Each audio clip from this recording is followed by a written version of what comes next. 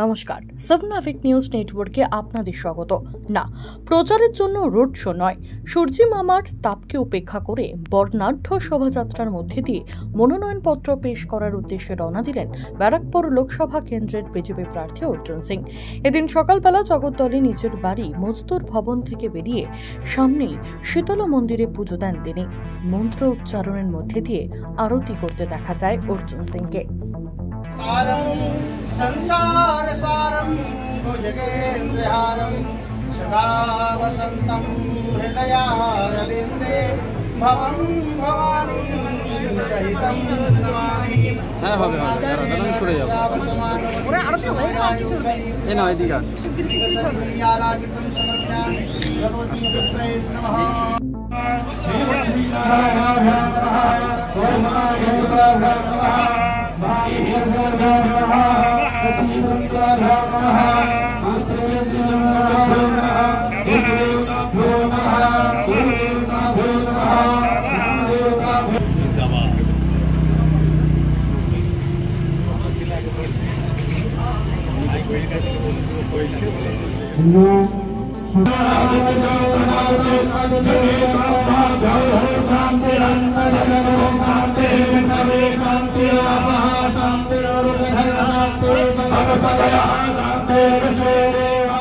এরপর বিজেপি কর্মী সমর্থকদের সঙ্গে নিয়ে হুড খোলা গাড়িতে করে মনোনয়নপত্র জমা দেওয়ার জন্য বারাসত জেলা শাসকের দপ্তরের উদ্দেশ্যে রওনা দিলেন তিনি।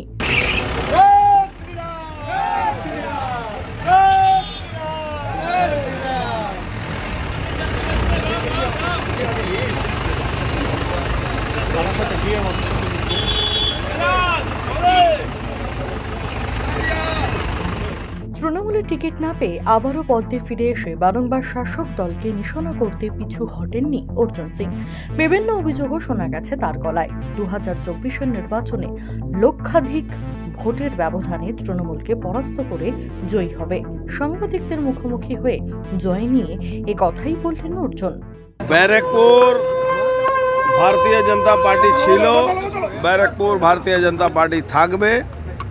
আজকে সমস্ত ঠাকুর দেবী দেবতা, সমস্ত ধর্ম জাতি সম্প্রদায় মানুষের আশীর্বাদ নিয়ে আবার নমিনেশন দিতে যাচ্ছি, যাতে মানুষের আশীর্বাদ থাকুক, অসুর শক্তি নাশ হোক।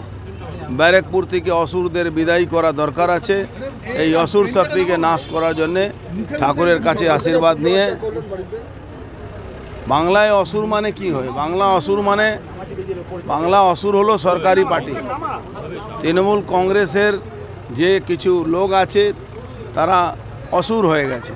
তারা মানুষকে মানুষ বুঝে না, মানুষের অধিকার কেড়ে নিচ্ছে, মানুষের বাড়ি কেড়ে নিচ্ছে, মানুষের ঘর বাড়ি ভেঙে দিচ্ছে, মানুষের সমস্ত রকম গণতান্ত্রিক অধিকার কেড়ে নিচ্ছে।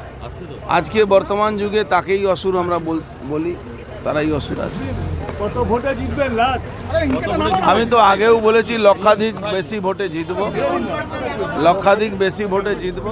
সুফল মজুমদার, সাবনাভিক নিউজ, ভাটপাড়া। সমস্ত খবরের আপডেট পেতে লাইক করে সাবস্ক্রাইব করুন সাবনাভিক নিউজ। সেই সঙ্গে বেল বাটন প্রেস করতে ভুলবেন না। আপনাদের একটা সাবস্ক্রিপশন আমাদের জন্য অত্যন্ত মূল্যবান। জয় হিন্দ।